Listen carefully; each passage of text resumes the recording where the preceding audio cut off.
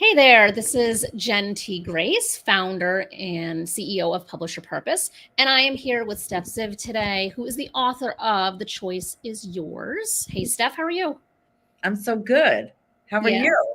I am fantastic. And I am thrilled that we are at the phase that your book is out and doing things into the world, like doing positive stuff in the world right now. Amen.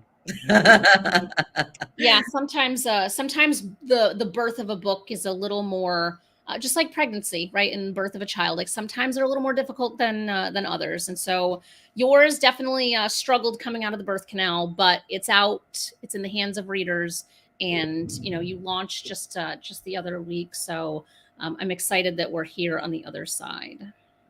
You and me both, my friend. Very, very excited. All right, so let's talk about The Choice is Yours. So the subtitle is A Simple Approach to Live and Lead with More Joy, Ease, and Purpose. So can you just kind of share a high level what your book is about? Yes. It's interesting because as you share the subtitle, I realized we were in a conversation with a group of people about the subtitle, and is it best to say more or just say a simple approach to live and lead with Mhm. joy, ease, and purpose? And I went with more specifically because I feel like people already have a level of joy, ease, and purpose. We just might not be tapping into it, right? Mhm. And the way in which I think we get to tap into that is through our choices. And sometimes I think people, myself included, forget that we have a choice. We live in a society where we unconsciously say should and have to and need to, and everything feels heavy and weighted and not so much like we have agency. So I wanted to write this book because there were times where I lost my way and my sense of my own choice, my own opportunity to make decisions that were in service to me and my highest good. And I was kind of giving my power away to others. And so the intent here was to take my power back and start to be really conscious of my choices, and then share that good news and Mhm. some tools and exercises and questions to help others do the same. I love the whole premise of your book, and I know that there's a story that is in the beginning of the book that was a part of the catalyst around kind of the choice being yours. So would you like to share just kind of a little bit about that story? Because I find it there's so much wisdom packed in it, but there's also like a little bit of just to me like an entertaining value to it too. Yes, um, yes, the introduction to the book is called Fuck You Firewalk. I'm somebody who wrestles sometimes about reading introductions to books, but I thought that title would definitely invite people in. And the that story was about a time in my life where I had been at the top of my game as an executive, as a television executive. I made a choice to leave and become a coach and start my coaching practice. And 3 years into that, I failed miserably. And I turned 41 on my father's sofa. I had to leave my beloved New York City. I was really at my lowest. And I had no money and no options that I could see. And I was at a total loss. And one day I was flipping through the channel and saw Tony Robbins on QVC, and somehow thought that he would save me. So I bought all the stuff, and then part of the stuff was this program called Unleash the Power Within, and there was a firewalk as part of this program, which is literally people are walking on fire, and it's designed to be a metaphor to break free of all your fears, that you can do anything you put your mind to. And I started to buy into this concept that if I didn't do it, something, my life would continue down this trajectory and things would be a mess. And so I already took choice off the table unconsciously in that moment. And even though there wasn't a part of me that wanted to do this, I'm not an adventure seeker in this way. I have really no interest in walking on fire or doing anything that is life threatening. And so yet I found myself on this, at this program, standing, feeling like nobody was going to let me walk on the fire if I wasn't in this certain state of mind that Tony talked about.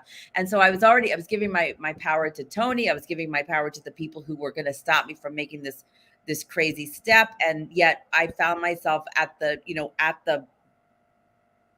moment, and I ended up, nobody was saving me, including myself. And I somehow left my body, and a part of me chose to walk across this fire. And I thought I burned my feet off and I would never walk again. And I had a million feelings and emotions around this. And when I looked at my feet, they were fine. But there was a fire raging in me about what I had done to myself, what I had allowed, what I had chosen when and so I was, I really, it freaked me out, to be honest, that I would put myself in harm's way. And so that began a really big turning point for me. And then a few months later, I was in a leadership training program, and I ended up there was a ropes course as part of this training. And I knew I didn't want to do it because it was another thing that was kind of like Firewalk 2.0. And so I didn't know how exactly I was going to get out of it, but there was a moment where the instructor said to all of us, "You're going to go in front of each element and you're going to say, 'My name is, and I choose to do this event.'" And a light bulb went off for me. And I stood in front of each exercise and I said, "My name is Steph and I choose not to do this event." And the level of liberation and freedom and actually connection I felt to myself in that moment, despite the seeming resentment that was coming my way from my peers, it was worth it because it completely, it was a shape-shifting moment for me. And my feeling is like, whether we do it or don't do it, we get to choose it. And then, because that alleviates any of that inner conflict or inner rebel. And it provides a level of consciousness that we can then have almost like a clean slate to make a new choice. And my real belief is the more intention we bring to the choices we make, the more power we have over the results we create. And that's what we get to take charge of and have more agency over. I feel like that's such an extreme example of making a choice, but there's so much power and liberation to what you're saying. But what I'm curious about in your experience, because you are an executive coach, and this is obviously something you've been researching and working on for a long time, is there some identifier or something like a pattern or trend that you see that it makes it easier for some people to stand in front of that platform and say, I make the choice not to do this, versus someone who's going to just kind of feel the peer pressure? Like, that's the word that's popping up in my mind, is like peer pressure. Like, is there something that you've seen to like help people break out of that, I feel obligated, or I feel like I have to do this just because everyone else is doing it? I mean, in the book, I have several tools, and with my clients, I use these, and I use them with myself. I am my first client. All of this I was the guinea pig for all of it. I think about, in chapter, I believe 4, I talk about this concept of who's sitting at the head of the table. And when I think about that, what I think about is we all have these parts that sit around our proverbial table. Like if you just imagine a dining room table, and instead of it being all of your friends and family, it's every part of us, which can include basics like love and fear, confidence and doubt, happiness and sadness. We also bring to the table parts of us that are, from our childhood, or just, defense strategies that our ego has created. That can be perfection, that can be martyr, it can be the pleaser, it can be the peacekeeper, it can be the rebel, it can be, do you have one? Do you have any that come to mind for you? Oh my God. I think I'm the people pleaser. Okay. And like a peacekeeper. A peacekeeper, right. Mm-hmm. I mean, whatever anyone is thinking of right now, like, it's at the table. So the question is always, who's sitting at the head of the table? What part of us is actually the one that is making those choices, consciously or unconsciously? What part of us is being the authority, and inside the word authority is the word author. And so author is, so this authority is always authoring a story. This authority is always authoring a choice. It's always making these choices. So if confidence is sitting at the head of the table, that's going to create one set of choices and stories and results, versus if doubt is sitting at the head of the table, the choices that doubt is making is going to be quite different than the choice that confidence makes. So what I encourage people to do is to observe without judgment what part is sitting at the head of the table. That's the very first thing, and that's a practice. This is not magic, or this is also not positive toxicity. This is not about saying just immediately put confidence at the head of the table when doubt is there. That's not what I'm saying. The intent is to observe, to really get some clarity around what part of us is sitting at the head of the table, with the intent to both change the power dynamic a little bit, but also to integrate all of these parts. This is ultimately about everyone's going to be sitting at the table, but let's have the healthy adult at the head of the table, and that is a way that will take time and practice. So it's observe without judgment who's sitting at the head of the table. I like to also invite people to set a time, like set a reminder or an alarm on their phone that goes off every 2 to 4 hours that says who's sitting at the head of the table, just to help interrupt those old, we're going to be hijacked. Yeah. My clients, and I'm sure you'll relate to this, and anyone who's listening, we're living in like a place. It's just everything is at warp speed. People are not taking bio breaks. They're not taking meal breaks. Well, what part is sitting at the head of the table? Not feeding ourselves, not relieving ourselves. And that is the part we need, like a healthy adult to sit at the table, and we get to choose that. And that's the practice of the invitation. I love that. And I would imagine this is like a lifelong practice for a lot of people, because it's not just, this isn't in, any book that sells itself as like a quick fix, there's not a lot of validity to that. Whereas like what you're saying is very clear, like this is a process. It's going to take time. And I would imagine even for yourself, as someone who's kind of created this structure around it, even I'm sure you struggle with these decisions from time to time too, because we're all human, right? All the time. And also what's important, and what I'm not a fan of, like one of the things with Tony Robbins, of my experience there was a lot of must, like what's your must? Everything's a must. And I was like, I don't want to live in that energy. That feels so heavy. And it was just too much. I want to be in the choice. To me, choice is the ease, but absolutely 1,000%. I mean, I can speak to the book writing process. When I was writing that chapter, I was mindful that perfection was sitting at the head of the table. I stopped many times, and even like almost like anyone looking in would have thought I was crazy, but like I was like, oh, hello, perfection. I feel you. I know you're here. I understand you're here. I honestly made a choice to just keep her at the head of the table, because I wasn't in the mood to fight with her, and she had a real hold on me. And at that point, I just kind of like let it be. I just chose to allow it to be so, and that helped to just dissipate the energy, right? And there's other times where, like, if sadness is sitting at the head of the table, I want to feel my sadness. I get to do that. I choose it. Like, this is not, I'm not allowed to feel sad. I don't know. No, not at all.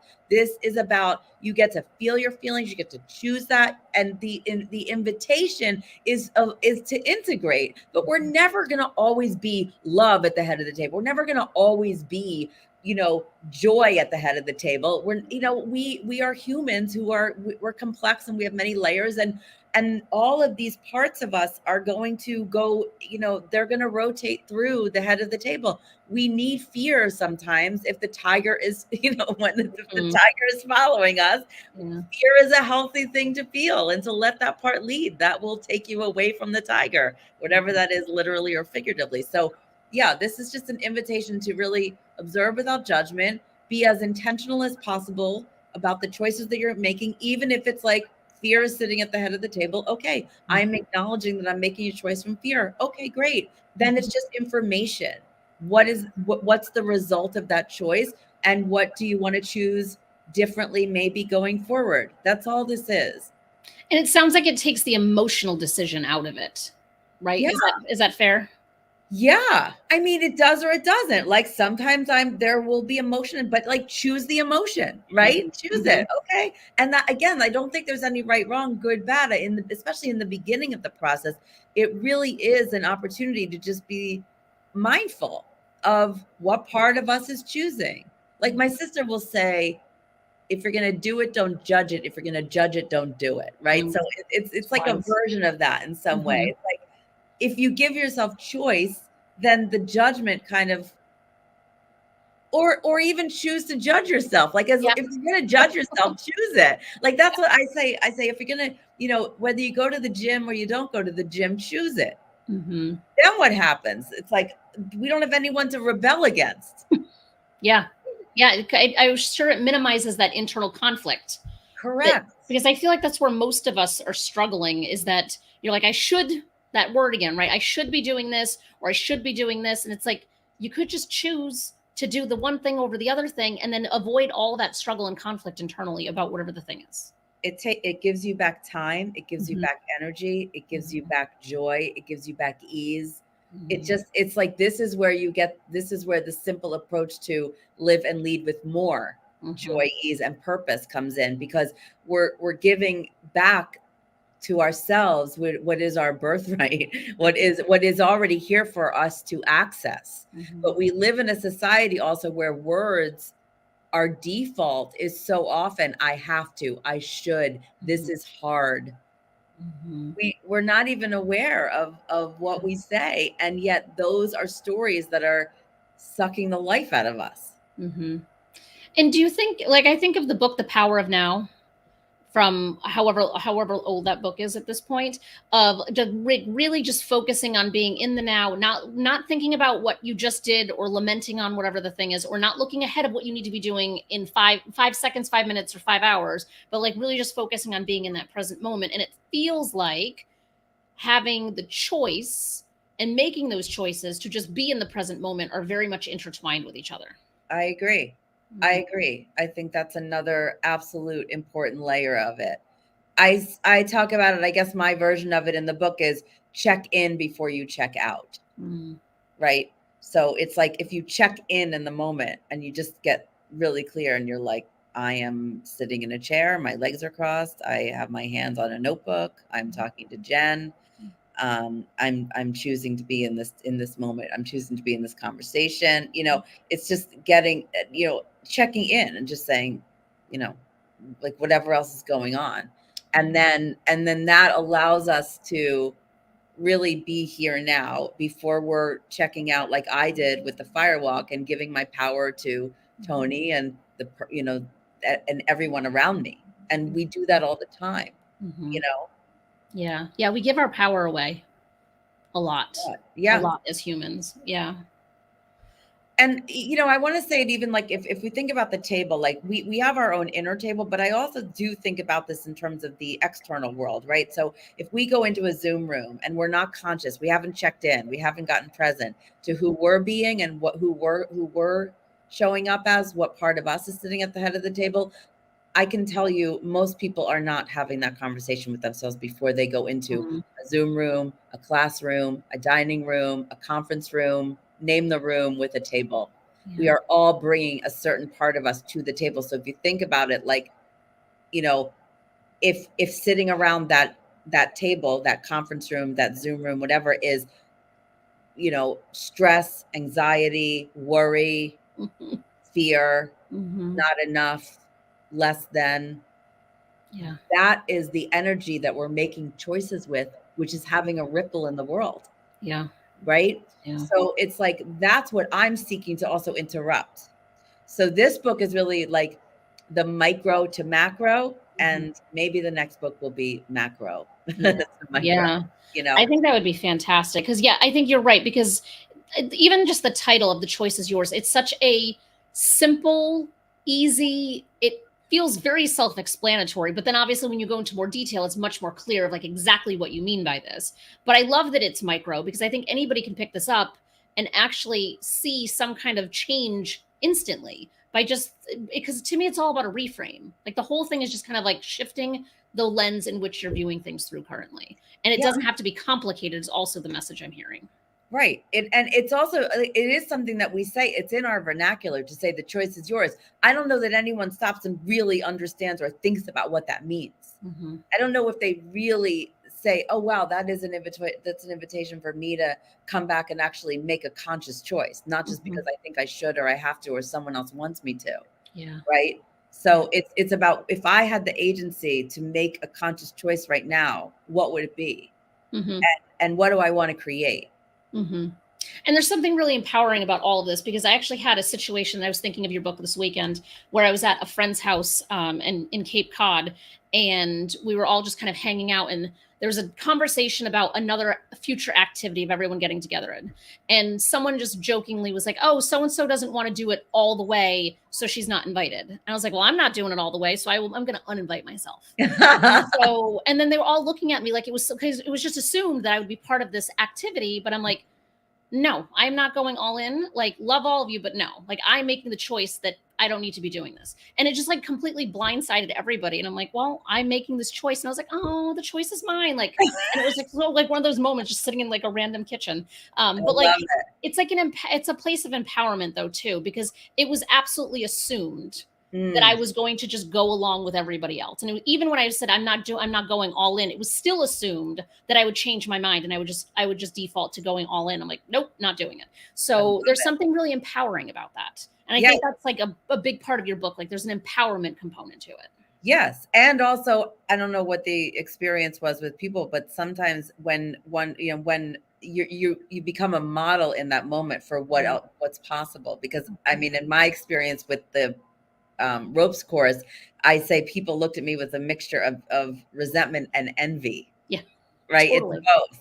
Yeah. And so it's like, screw you for not going along with everybody. And how do I do that too? 100%. Yeah, I totally agree. I totally agree. Yeah. And I don't know. I think there's just something so beautiful and magical about everything that you're up to in the just the short period of time that the book has been out. Have you heard anything, or has anyone said anything about it that's just made you feel like, okay, this is why I decided to take on this Herculean task? Well, I will say that most people are reaching out after they've just started to read the introduction about the Mm-hmm. firewalk, Mm-hmm. and I think they're finding it surprisingly entertaining and funny, Mm-hmm. and it's maybe an unexpected way into a personal and professional growth book, Mm-hmm. and there's a lot, and I feel like I'm getting people. I'm inviting people in, and they're staying, Mm-hmm. and people who may or may not have normally read a book like this. So, Mm-hmm. but I don't think people are deep enough in that they've read it all yet. I did have I did a podcast with someone who read the book, and honestly, she went through every chapter she wanted to dive into everything. She was really excited about it, and I got a lot of love from her. So it's all new, we're fresh out of the gate, and I Sure. would love to report back some, amazing feedback very soon. Yeah, same. And so if you waved a magic wand then, and it's a year from now and we're having a conversation like this, like what's something you might hope that a reader has been able to do or change in their life as a result of this?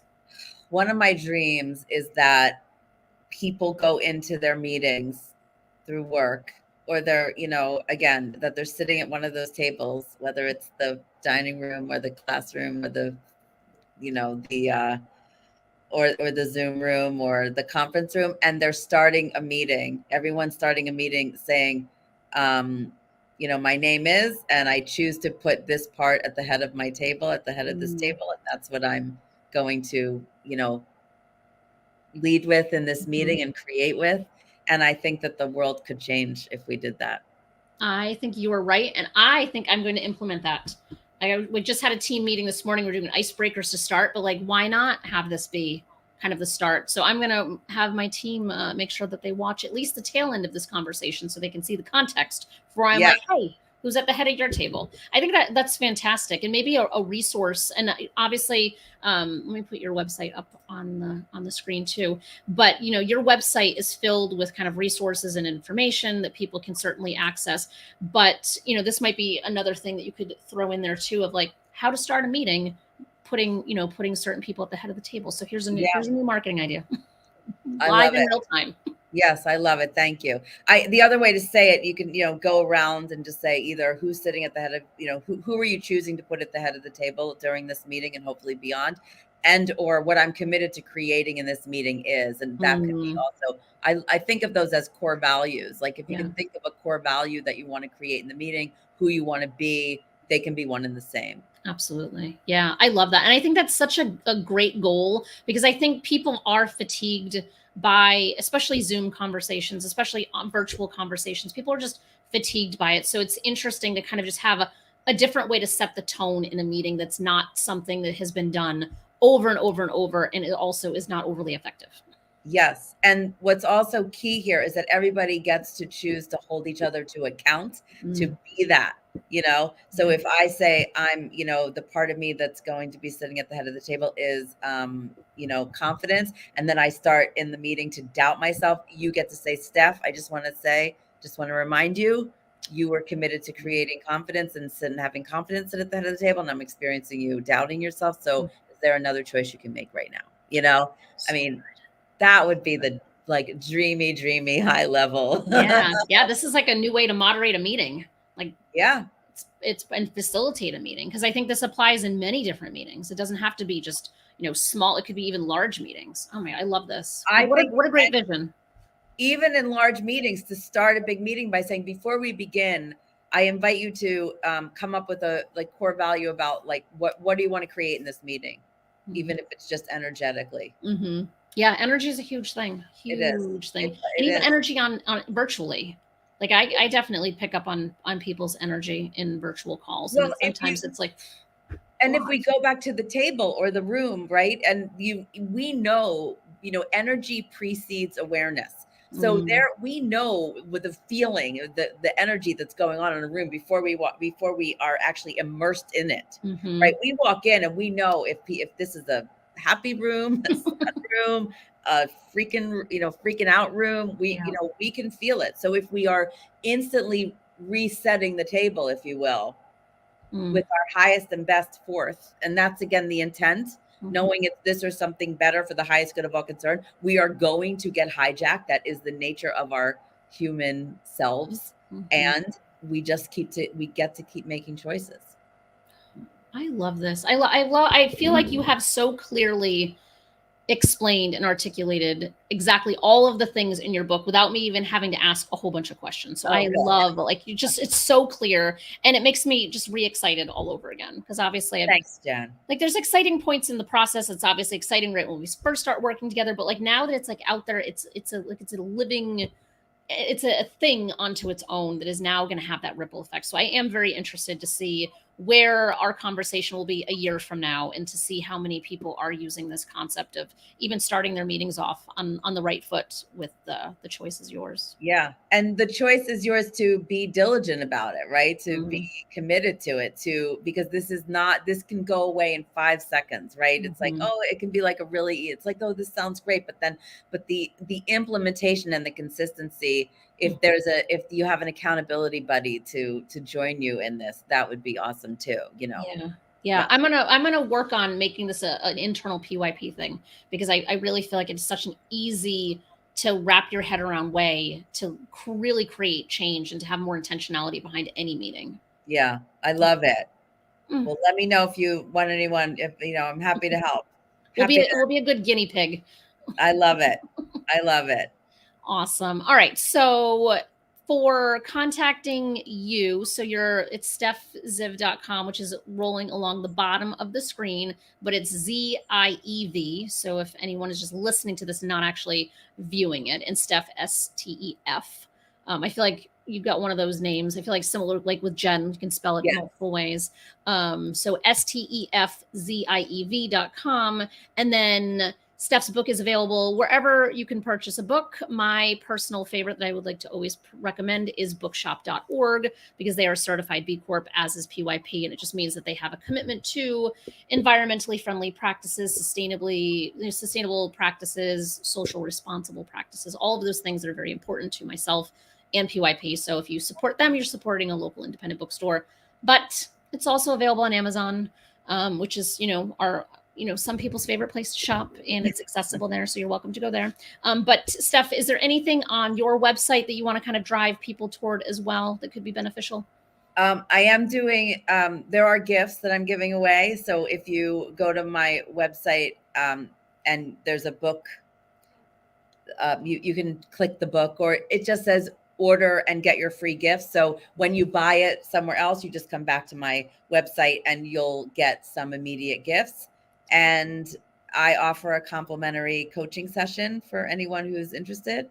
And that's everything is on my website. You can find everything there. Yeah, and your website is gorgeous, and it's very easy to navigate. So definitely, and I would highly suggest taking you up on that offer of a free coaching session. Yeah, because I think that would be fantastic, and especially there's a whole blueprint here of the choice is yours to implement with too.